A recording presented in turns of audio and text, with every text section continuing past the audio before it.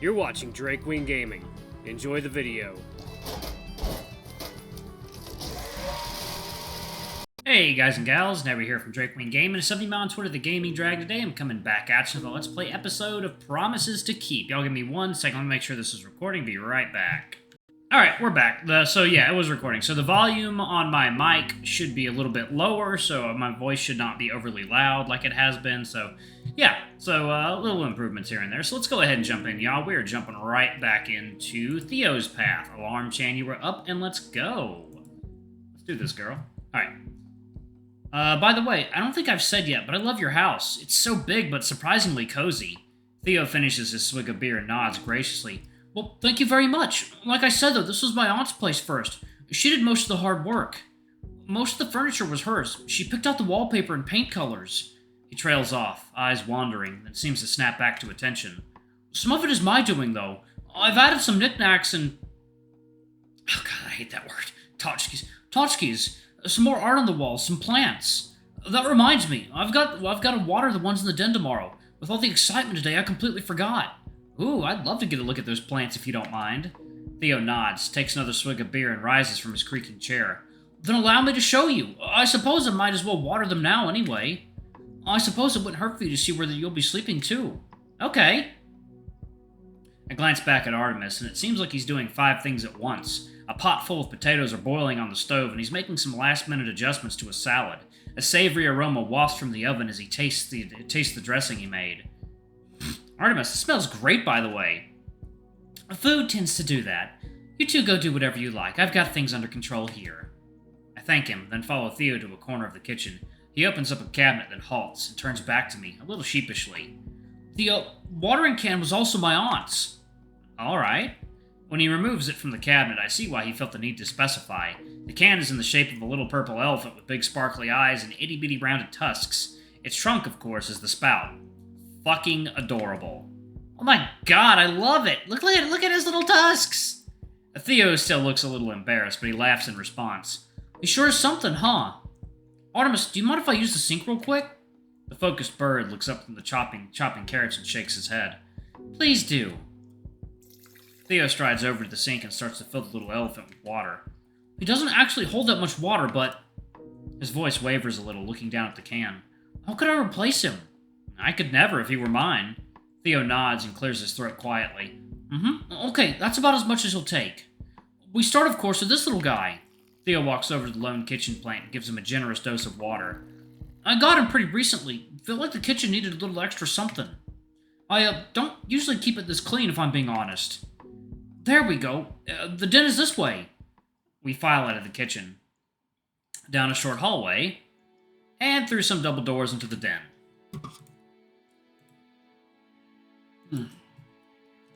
Alright, that water is done. It's smaller than the other rooms, with the large air mattress taking up a good chunk of the floor space. Aside from that, the den houses only a couple cozy-looking chairs. I noticed several small potted plants on a table against the wall. I recognized 2 different kinds of succulents, and then some other green things. My knowledge of houseplants is less than stellar. Just a few, you know. I'm not the type to keep big ones with lots of soil and all that mess. What about the ones in the living room? Theo laughs, a little embarrassed. Oh, those are fake. I like the idea of having plants there, but didn't want to have to take care of them, so... As he speaks, he begins to gently water the largest plant. From where I'm standing, the little elephant is looking right at me. These guys... He points to the succulents. Just get a little bit, obviously, and not very often. I'm glad I remembered, though. They look a little thirsty today. I hadn't pegged Theo as a plant dad, but looking at how gently and carefully he handles them, it makes perfect sense. This is a really nice space, I say, looking around, taking in the details for the first time. A full bookshelf, 2 little side tables next to each of the chairs, a leather-bound volume lying open on one of the cushions. Seems like an excellent place to read.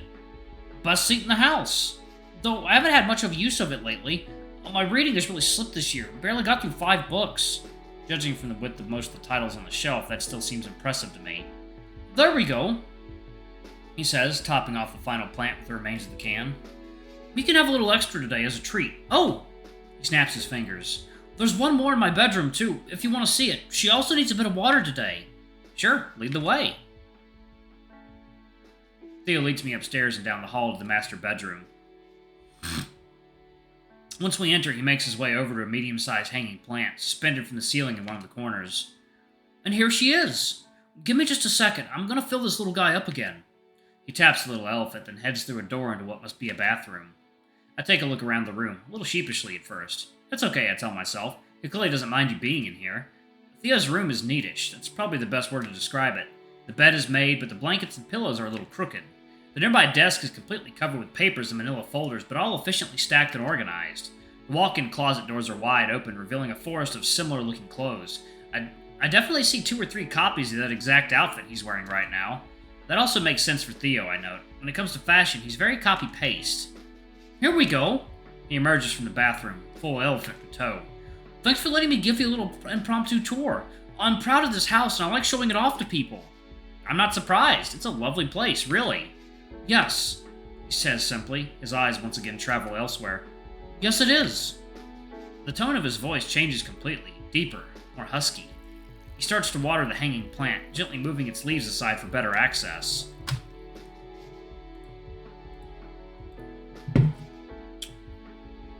You know, it really is my pleasure to get some use out of it, to see it full again.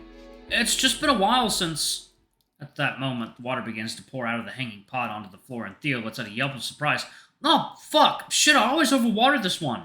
Just give me a second. I race into the bathroom and grab a towel. As I return to see Theo trying and failing to catch the downpour in his cup paws. Here, I got it. I drop to the floor and start to mop up the spill. It's not that much, really, and the fluffy towel soaks it up nicely. Oh, I'm sorry, Leo. I'm such a klutz. Must be my advanced age. He laughs then. Oh, goodness. Oh, goodness. Oh, my. Theo's plants are, aggravating my allergies. He laughs then, full and hearty, paw still dripping with water, and I can't help but join him. Here, old man. I offer him the towel to dry his paws. Good thing you've got us youngsters around, huh? Yes, indeed.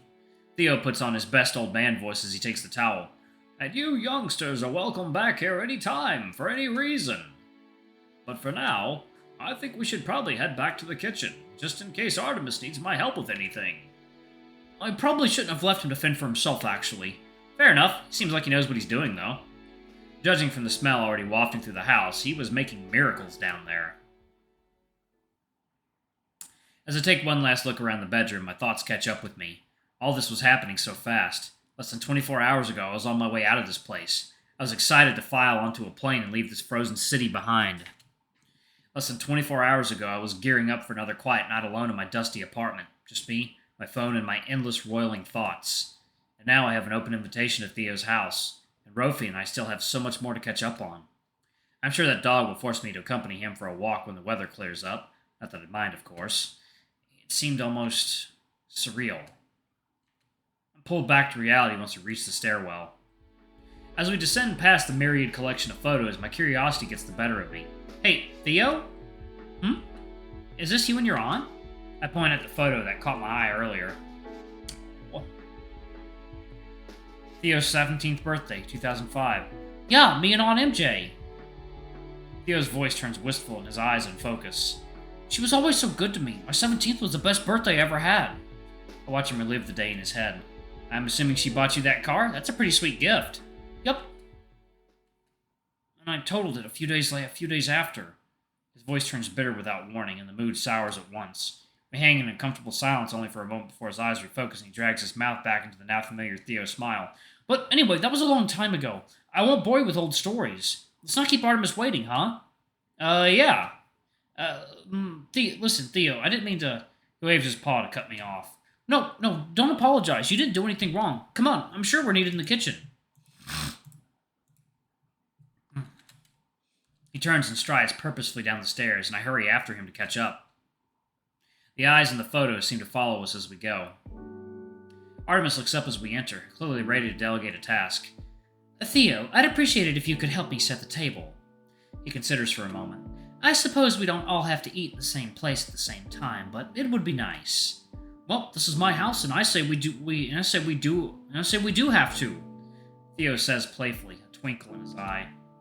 At least for the first night. Help us all settle in with each other. Artemis nods in response. Agreed. Leo, would you mind fetching the others for dinner? Sure. If you have trouble with Ollie, just come get me. I'll extract him from his room. He's probably built quite the nest already. Gotcha. I head up the stairs and towards Ollie's room. I find the door open and I peek in to see Ollie still fussing with cables. Still? It's been hours. Just how much stuff did he bring? I knock softly on the door frame and the studious dino jumps in surprise. Oh! Oh, Leo, it's you. Sorry, I was just rearranging some things here. Can I help you? You're fine. I didn't mean to startle you. Artemis is done making dinner and sent me to collect everybody. Oh, Artemis made dinner already? Ollie lets out a bark of laughter, high and clear. Just a few hours in the door and already taking over the kitchen. Isn't it a bit early to... He checks his phone and his eyebrows shoot up. Oh, wow, I didn't realize it was so late already. I guess I've been fiddling around up here for a while. He looks around at the mess of electronics and wires and seems to remember his shyness. Sorry about the mess. I know I made a scene earlier and made you and the others carry all my stuff and... Demeanor totally changed. The apologies start pouring out of him. I hold up my paws to cut him off. Hey, whoa, it's okay. I didn't mind at all. I should be apologizing. I almost dropped that one box. No, it's my fault, really. I should have just carried it myself. We both laugh a bit awkwardly at our mutual apology standoff. Well, regardless of whose fault it is, I like what I've seen of your setup so far. Any chance you'd let me take a closer look once it's all properly assembled? Ollie brightens up immediately. Absolutely. I should be done by tonight. That is, if you don't have plans already. My stomach chooses that moment to growl loudly. Apparently I'm focused on dinner first. Ollie's stomach responds and his cheeks go red. Me too. I forgot I hadn't eaten anything today. I blink in alarm. Nothing at all? Since this morning? You're going downstairs to eat some dinner right now. I remember, with a pang of irony, that I also hadn't eaten anything today. Well, Ollie doesn't need to know that. I have to collect Rofi and Hunter, but I'll see you in the kitchen. Okay. The only thing is, I have to finish up a few things here first, or I'll never know where I left off. I'll be down soon, I promise. Okay, you better. See ya. See ya.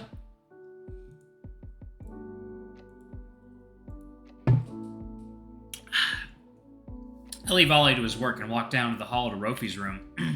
I hear the sound of video games and voices before I even reach the open door. I guess they're both here.